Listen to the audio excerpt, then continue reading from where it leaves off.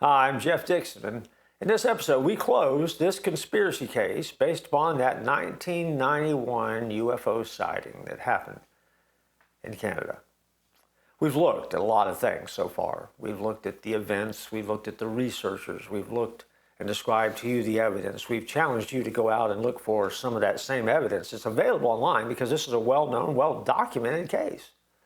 And I use the word documented loosely because, again, at the end of our last episode, I said to you that if you've gone out and looked at the footage yourself or been able to find the footage yourself, and it is available out there, you saw what you intended to see. You saw what you believed to see.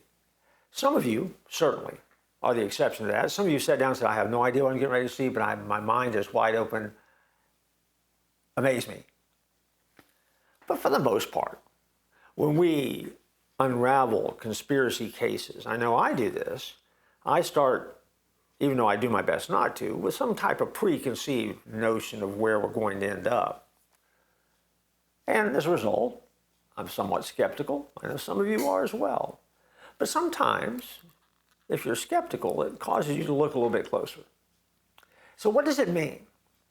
What can we learn? What do we need to know about this case as far as what it means to us spiritually? Well, if you're a person who worries about UFOs and worries about alien invasions, then you loved us unpacking this case. And you wish we would have come up with something more definitive than the other evidence that's out there. But we just can't, because the evidence is the evidence. You have to examine it.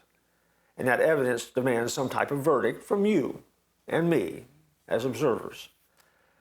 But one of the great joys for people who follow God is believing in the absolute sovereignty of God. That means that God is sovereign over all things, that He's control of everything that happens.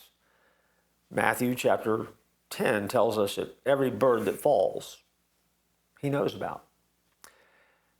In Isaiah, we discover that all the movements that take place in the farthest galaxies doesn't happen without God knowing it. Nothing anywhere in this universe happens apart from His plan. Whatever He causes, directly or indirectly, He allows, He permits, and He works it all together into a all-wise, all-just, all-merciful plan. He works all things according to the counsel of His will. Ephesians 1:11 says that. And so if a UFO showed up that night, no UFO showed up without the understanding and knowledge and plan of God. See, no UFOs are showing up that God doesn't know about. If they're fake, He rules over the fake. If they're real, He rules over the real. Because what did we start this conversation with? This is the important thing to remember. There are no cracks in the sovereignty of God. There are no exceptions. There are no loopholes. God is in charge, period, exclamation point, of everything. And so, this is nothing to stress over. It's nothing to worry about. It's nothing to lose sleep over. You don't have to worry about an alien invasion. Because if an alien invasion occurs, it's going to occur because it falls in the plan of God. Think about that for a minute. That just kind of blows all the UFO stories out of the water, doesn't it? It kind of blows all the UFO conspiracies out of the water. While people are trying to understand it, we can lean back and watch it all unfold, and with a little bit of amusement, knowing that whatever happens, God already knew it was going to happen this way, and we can relax. And that gives us the strength to be able to view things like this and explore things like this with the confidence of knowing that we know who holds the future and we know who holds the world in the palm of His hand. And that really is the big takeaway. As confusing as it is, as crazy as it is, as many questions as it drives, at the end of the day, none of those questions are so big that God doesn't have an answer. But the key to knowing that answer is whether or not you know Him.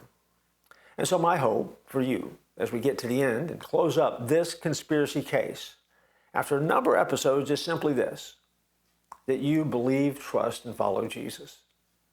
Because if you do, then that makes the conspiracy cases like this that we've looked at and other things we've looked at in this series a lot more fun. Because it doesn't scare you, doesn't stress you, doesn't cause you to worry or lose sleep.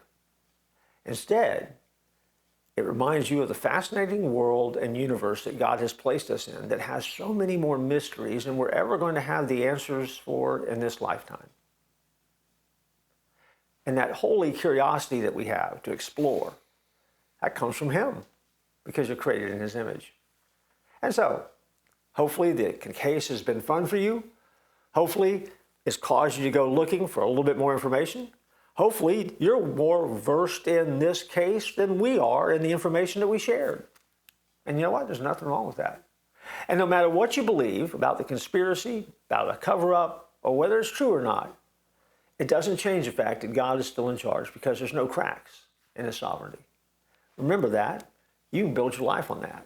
You can build your life on knowing who's in charge and who's in control. His name is Jesus, and He loves you. And so, that does it for this conspiracy case. I'm Jeff Dixon. It's been my pleasure to take you on this journey into the unknown, the weird, the bizarre. Who is the Guardian? And other questions that we've asked along the way. I look forward to joining you as we open our next conspiracy case in our next episode.